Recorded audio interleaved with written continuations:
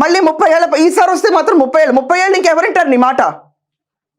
When your party is only not listening and your telling that. మీరు ఆలోచించండి కొంచెం. ఇంకో 30 ఏళ్ళు అంట రాజకీయ చరిత్ర. ఎక్కడుందండి 30 ఏళ్ళు? అసలు ఈ టైంలో కరెక్ట్గా దిగాల్సింది షర్మిల. ఉత్తికి ఆరబెడతారు. అండ్ నాని సమ్మన్ వాజ్ ఆస్కింగ్, మీరేంటి ఎక్కడ కనిపించట్లేదు అంటే, పదవి లేకపోతే మేము ఎందుకు, పదవి లేకపోతే జనాల సమస్యలు తెలుసుకోవడానికి ముందుకు బయటకు రారా? సరే బూతులు మాట్లాడడానికి అయితే దమ్ము ఉండదు ఈ టైంలో ఎవరికి.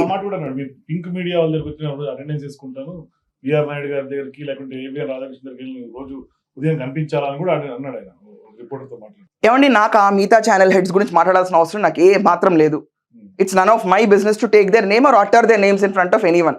But the only thing is that when Nani is talking to press or even to anyone, నువ్వు మామూలుగా బయటకు ఎందుకు బరాబర్ వస్తా, నేను వచ్చేస్తాను, ఒకవేళ ఈ సో కాల్ చంద్రబాబు నాయుడు గెలిస్తే కనుక బూట్ పాలిష్లు చేసేస్తాను, బూట్ పాలిష్కి పనికి రావట్లేదు, నెక్స్ట్ వచ్చే కేసుల్లో కనుక ఇరుక్కుంటే ఇదే జైల్లోకి వెళ్ళి కూర్చోవాలి. ఆల్రెడీ ఒక క్యాండిడేట్ ఎక్స్పీరియన్స్ అవుతున్నాడు దీంట్లో.